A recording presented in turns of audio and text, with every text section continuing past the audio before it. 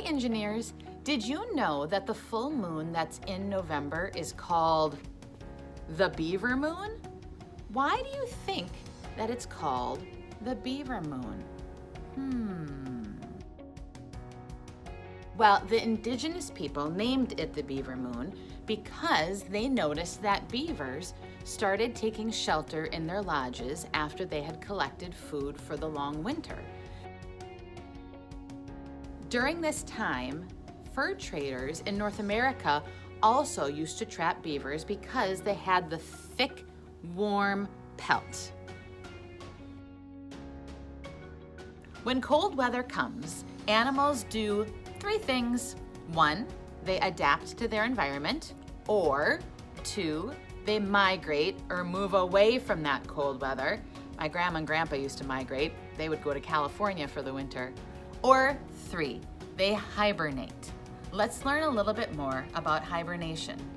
Groundhogs are little animals that are about half a meter long. They live in the United States and Canada and spend a lot of their time in burrows that they dig into the ground. And right now, groundhogs are trying to get everything ready for a perfect cozy den. They're preparing for hibernation. Hibernation is like a deep, deep sleep that some animals go into during the winter. They'll sleep for months and they don't wake up until spring.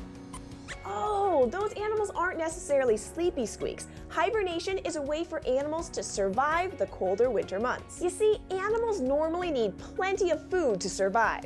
But during cold winter months, lots of the food that animals like to eat goes away. In snowy, cold places, the leaves fall off the trees. Fruit stops growing, and even the bugs go away. For animals that eat these things, it can be a hungry few months. To survive, some animals will migrate, meaning they'll travel somewhere else where there's more food, like birds that fly to somewhere warmer. Other animals, like squirrels, will store food away to eat when it's cold. But animals like groundhogs can't move somewhere else, and they can't store enough food to last all winter. That's right, Squeaks! They have to hibernate. If a groundhog is hibernating, it doesn't matter if there isn't a lot of food around, because the groundhog is fast asleep.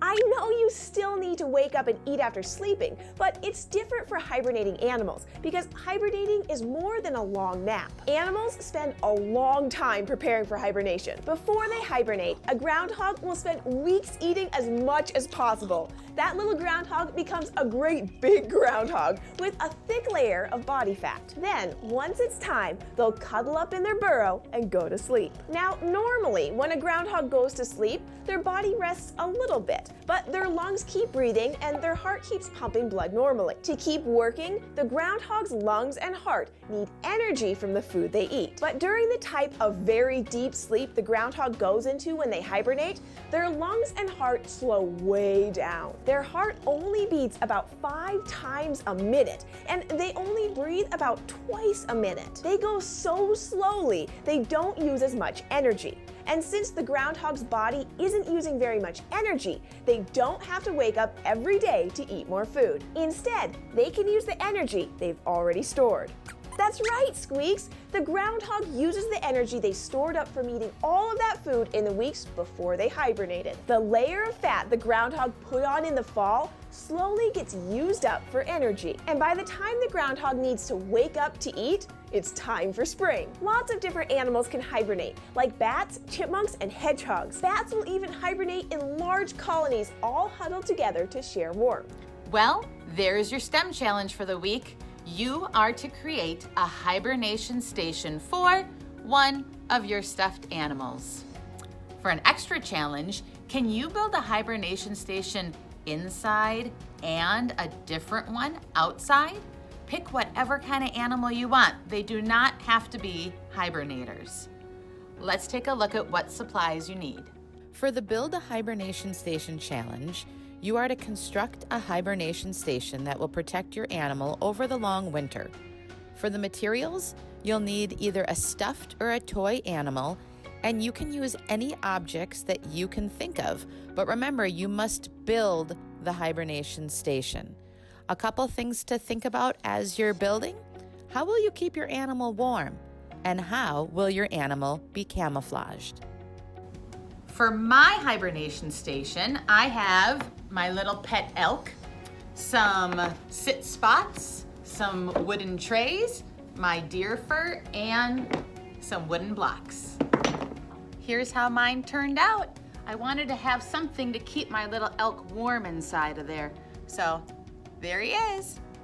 And for my extra credit, outside hibernation station, I've got Bunny Hop Hop for my animal, and then I'm gonna use whatever I find out here.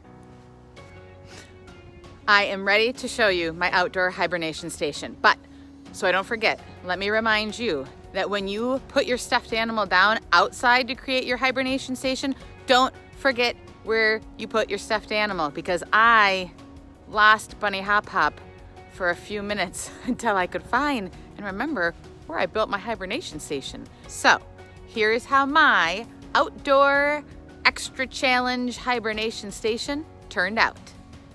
Here it is in all of its glory. It's kind of hard, little tricky to see Bunny Hop Hop, but as you go in closer, there he is.